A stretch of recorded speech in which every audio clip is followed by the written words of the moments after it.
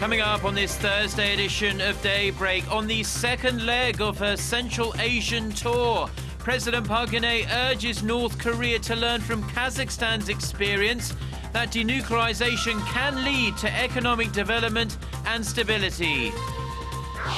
Mark Lippert, nominee for US ambassador to Korea, hails the relationship between Seoul and Washington and vows to encourage dialogue between Korea and Japan.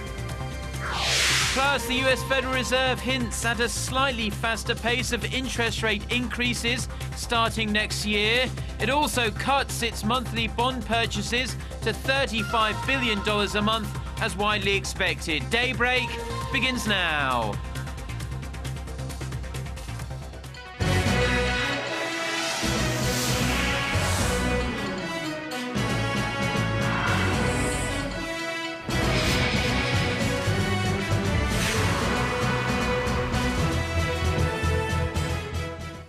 Hello and thanks for joining us. To our viewers around the world, it's 6 a.m. on Thursday, June 19th here in Seoul. I'm Mark Broom and you are tuned in to Daybreak.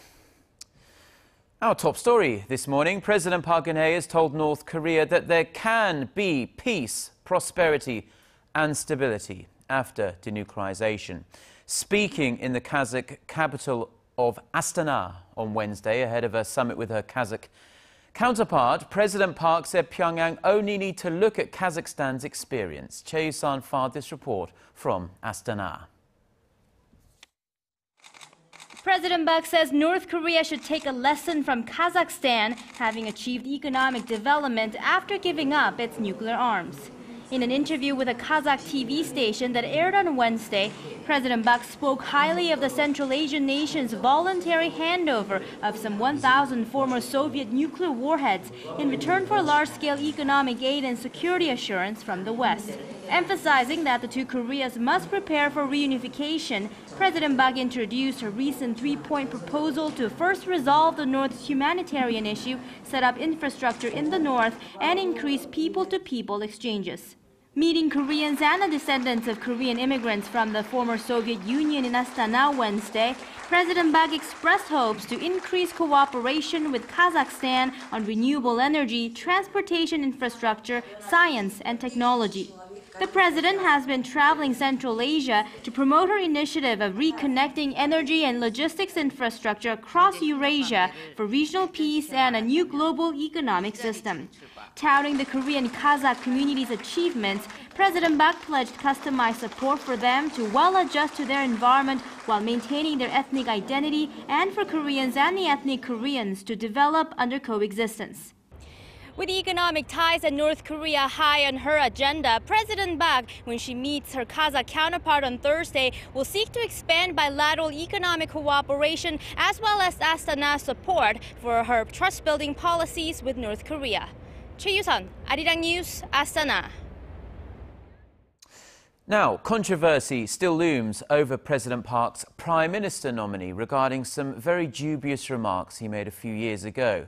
As we just saw there, the president is currently in Kazakhstan on the second stop of her Central Asian tour.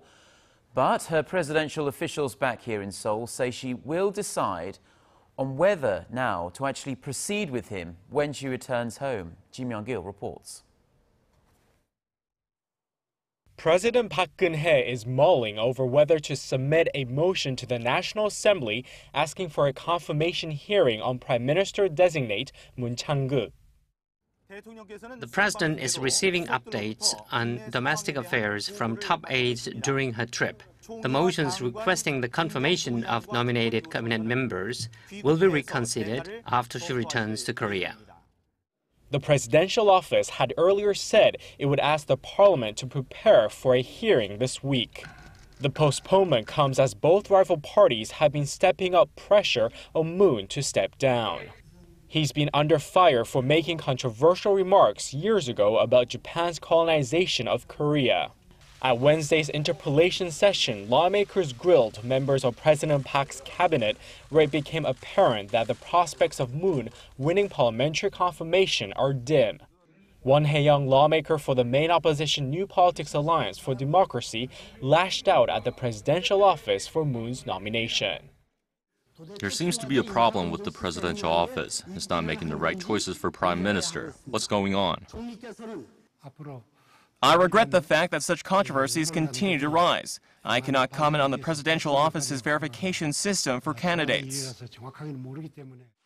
President Park's first choice for Prime Minister An Dae-hee withdrew his nomination amid criticism that he had made too much money as a lawyer, benefiting from his status as a former Supreme Court justice. The National Assembly will resume the interpellation session on Thursday with a focus on the economy. While details on the agenda have not been released, it's believed lawmakers will focus on bolstering safety management systems in response to April's ferry disaster. Kim Young-gil, Arirang News. South Korea has hinted that it might consider lifting 4-year-long economic sanctions called the 524 measures off North Korea if Pyongyang chooses to show some good faith in improving inter-Korean relations. Speaking at the National Assembly on Wednesday, Unification Minister Ryu Kil-jae said if the mood on the peninsula changes and Pyongyang shows steps towards building trust, then the conditions could be met to remove the sanctions. The 524 sanctions put almost all inter-Korean economic deals on hold except for the joint Kaesong industrial complex. Now, Mark Lippert, the man nominated to be the next U.S. ambassador to South Korea, has hailed the strength of Seoul-Washington relations. Speaking at his confirmation hearing at the U.S. Senate on Tuesday, Lippert also vowed to thaw the icy relations between Seoul and Tokyo. Hwang Sang-hee reports. At a Senate confirmation hearing Tuesday, U.S. Ambassador to South Korea nominee Mark Lippert said the alliance between Washington and Seoul have never been stronger. He said if confirmed, he will work closely with South Korea to denuclearize North Korea, as it remains a grave threat to the United States and its allies. Lippert said he will continue to isolate the regime and increase pressure through sanctions. Continued to build the international consensus to isolate North Korea and its regime, and perhaps one of the best examples is to isolate them on the human rights issue. Recognizing that the current diplomatic row between South Korea and Japan is a touchy subject, Lippert said he would not act as a mediator, but would encourage dialogue between the two neighbors. We wouldn't play a mediation role. We obviously have conversations to encourage a better dialogue between the Japanese and South Koreans to work through some of these very difficult and painful historical issues. Lippert said he will try to boost cooperation among Seoul, Tokyo, and Washington by arranging trilateral meetings, like the summit held in The Hague earlier this year. Lippert, who served as Assistant Secretary of Defense for Asian and Pacific Security Affairs, is arguably one of President Barack Obama's closest aides. If confirmed by the U.S. Senate, he will replace current Ambassador Sang Kim in the second half of the year. Hwang Sang-hee, Arirang News.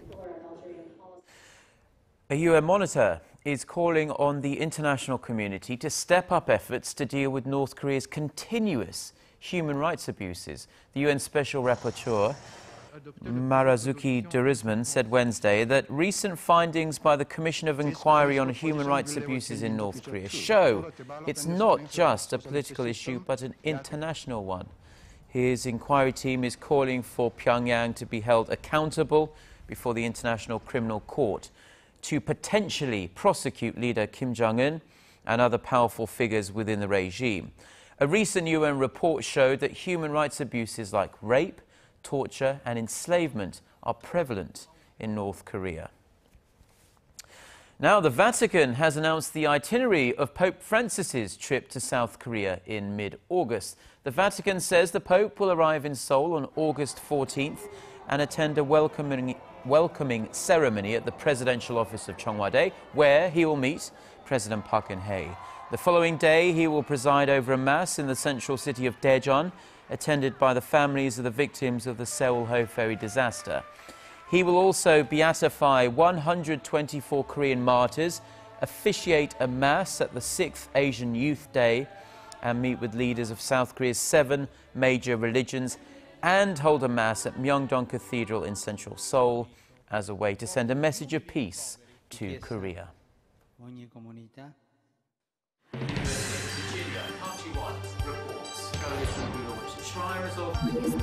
We start before the sun rises to bring you the latest stories out of Korea. We also lead the way with important global coverage. Stay on the pulse of what is happening with Daybreak.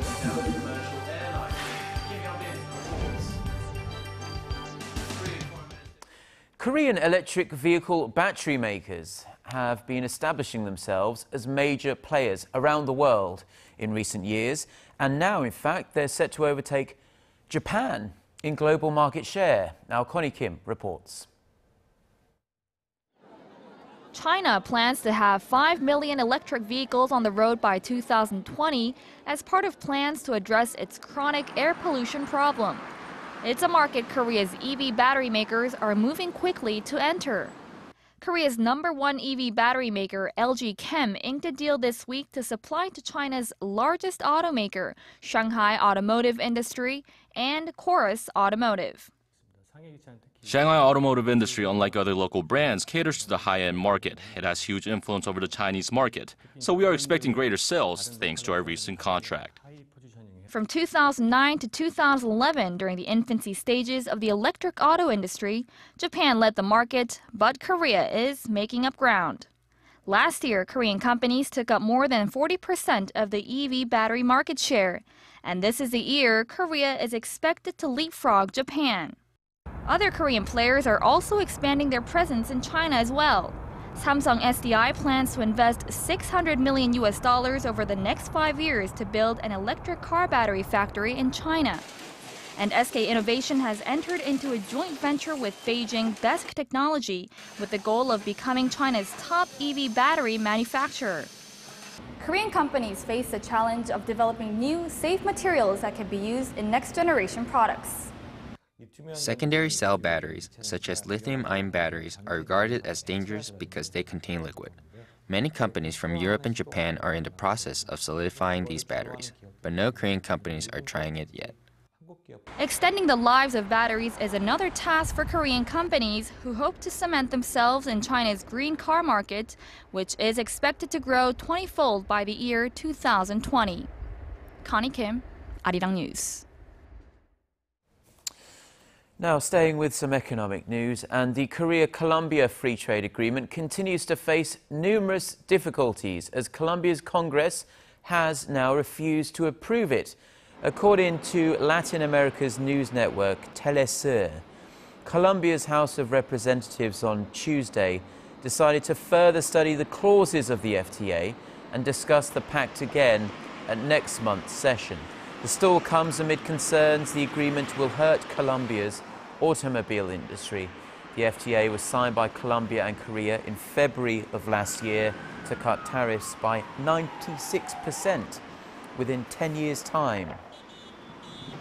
And back here in Korea, and Korea's Bourse operator is set to implement measures aimed at helping more local, smaller firms go public. The Financial Services Commission and the Korea Exchange announced the plan in April to ease rules on filing and disclosing corporate financial information in order to boost the country's declining IPO market. This market has been bogged down, in actual fact, by the sluggish economy and strict regulations.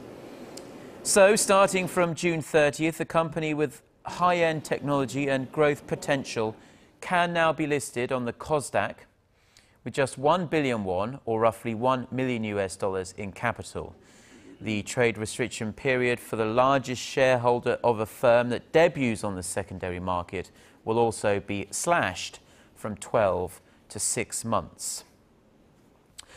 Now, income disparity, which is, of course, the growing gap we see between the rich and the poor, is something we're seeing in most parts of the world, and Korea is absolutely no different. The nation's economic policymakers are desperately trying to get a handle on this problem as the gap is getting wider and wider. Our Hwang Ji-hye reports.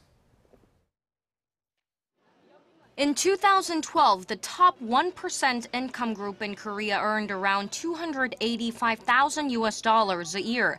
That is 17.5 times more than the nation's middle income earners. And this pay gap has been continuing at a fast pace for the past 20 years.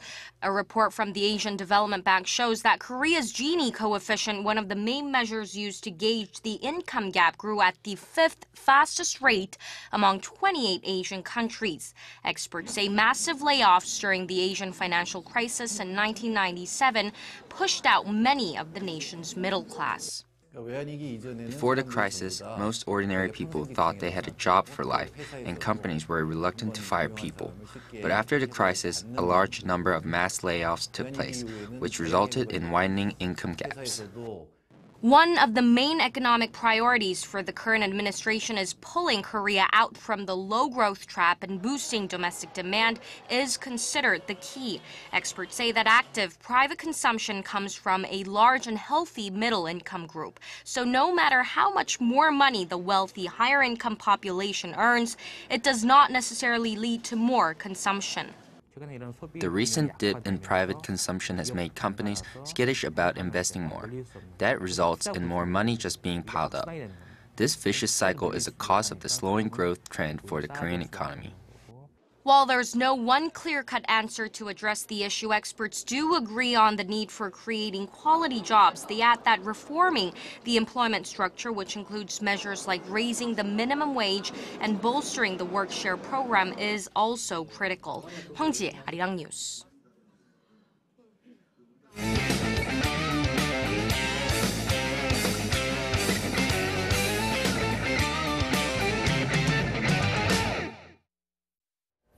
And a good Thursday morning to you all as we continue on with our 2014 Brazil World Cup coverage with some high-scoring match to start off another day of World Cup football. So, speaking with the matchup between the Netherlands and Australia. Now, just a thriller of a match here as the Socceroos actually gave it a pretty good fight throughout the 90 minutes of the match. While Arjen Robben scored his third goal of the tournament in the 20th minute, Tim Cahill quickly leveled the match a minute later. And while Australia had a brief lead in the second half of the match, it was Robin van Persie who scored the equalizer, followed by Memphis Depay's game winner in the 68th minute, which gave the Netherlands the exciting 3-2 victory. Meanwhile, Spain taking on Chile in their Group B matchup. Chile going for the upset here as they scored 2 goals in the first half for a 2-0 first half lead. Now, Chile would hang on to win this match 2-0 as the defending champs get eliminated, and the Netherlands and Chile advance to the round of 16. And now moving over to the South Korean national football team. Now, after drawing against Russia 1-1 yesterday, what are their chances of qualifying to the next round, and what do they need to do? While most people are saying that Korea will beat Algeria in their next match, that's exactly what Korea needs at the moment to make things easier for them to advance, considering it'll be easier to beat Algeria than Belgium. And once they beat Algeria, they need at least a draw against Belgium in their final group stage match. But of course, a win and a loss can get them through as long as they have the goal difference. But judging by the number of goals being scored in this World Cup, anything can happen. And speaking of which, there has been an onslaught of goals at the 2014 World Cup so far, and the Brazuca, the official match ball, may just be the reason. Kim Min-ji tells us more about the most advanced soccer ball yet. In Team Korea's first match at the Brazil World Cup against Russia, forward Lee Geun-hye connected on a long-range goal. The ball seemed to be in the grasp of the Russian goalkeeper, but bounced off his hands and found its way into the net. The Brazuca, the official match ball of the 2014 World Cup, has been pointed to as a possible reason behind the Russian player's miscue. It has deeper and longer seams which contribute to its aerodynamics. Its unique surface also makes it less air-resistant. Therefore, offensive players will find it easier to roll the ball with greater speed and accuracy, while making it harder for goalkeepers to snare. Simply put, it is like a volleyball. It will be hard to catch if the goalkeeper doesn't have a sensitive reaction to the ball. To prepare for the Brazuca, Team Korea used a smaller ball during training. I was able to enhance my concentration by using a smaller ball during training sessions. As I have to dive for the ball faster, it requires more agility. The Brazuca has made the Brazil World Cup a high-scoring affair. There's been an average of 3 goals per match so far, a figure not seen in more than 40 years at a World Cup tournament. Faster and stronger, the Brazuca may indeed be a deciding factor in future matches. Kim Min-ji, Arirang News.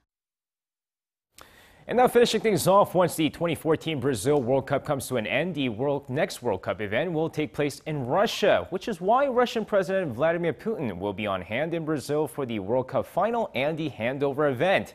Now, according to several reports, the Russian President Vladimir Putin will fly over to Brazil next month and attend the World Cup final, followed by the handover event where the baton will be passed over to Russia for the 2018 World Cup. With the World Cup coming to Russia next, the nation has pledged to put in $20 billion in building new stadiums and infrastructures for one of the biggest sporting events in the world. And that's going to wrap it up for me. This has been SJ. Have a great rest of the day and see you guys again for your sports needs.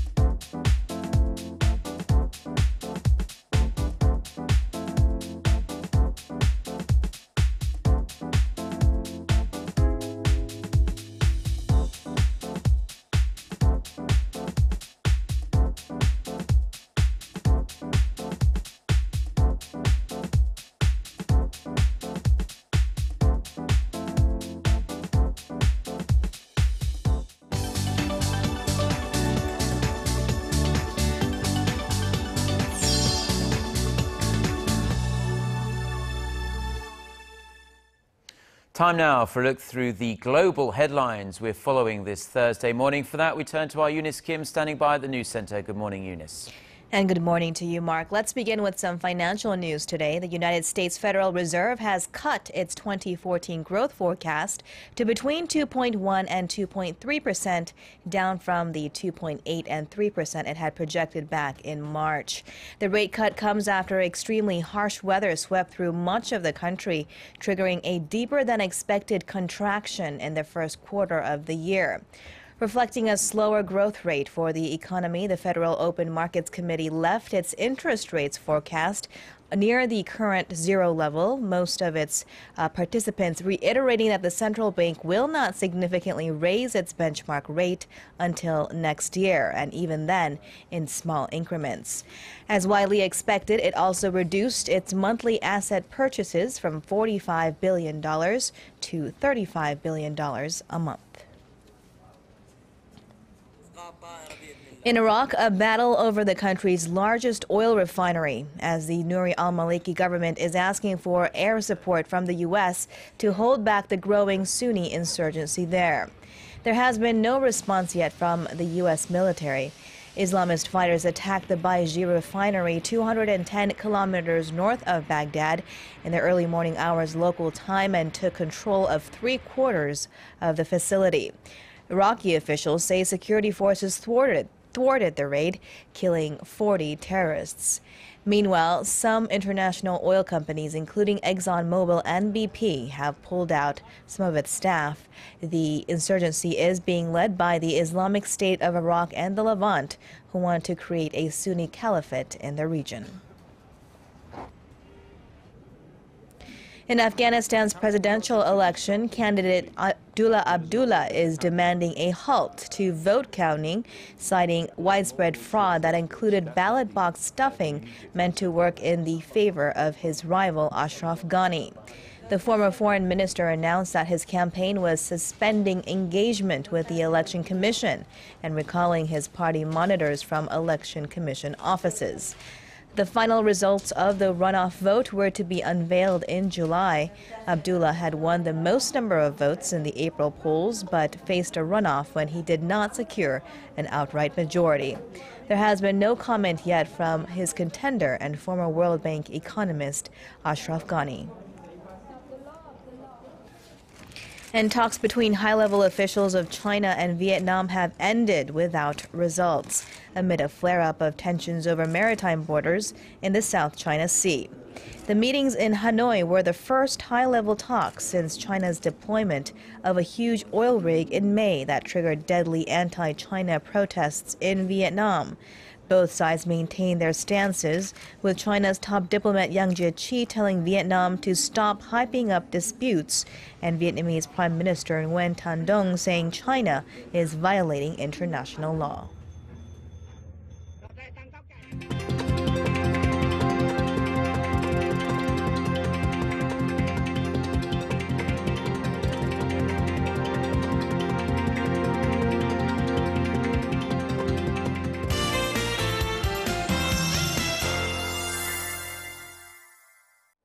Good morning. Well, we can expect a fair amount of sunshine, which will put temperatures 1 to 2 degrees higher than yesterday across the nation. And as we can see, we have mostly sunny skies to kick off the day, and it should gradually give way to sun or clouds, that is, and warmer temperatures. But please notice that the level of dust particles could be slightly higher than usual in Seoul and the surrounding areas, and the parts of Gangwon-do will receive sporadic showers during the day. With that in mind, let's take a closer look at the readings for today.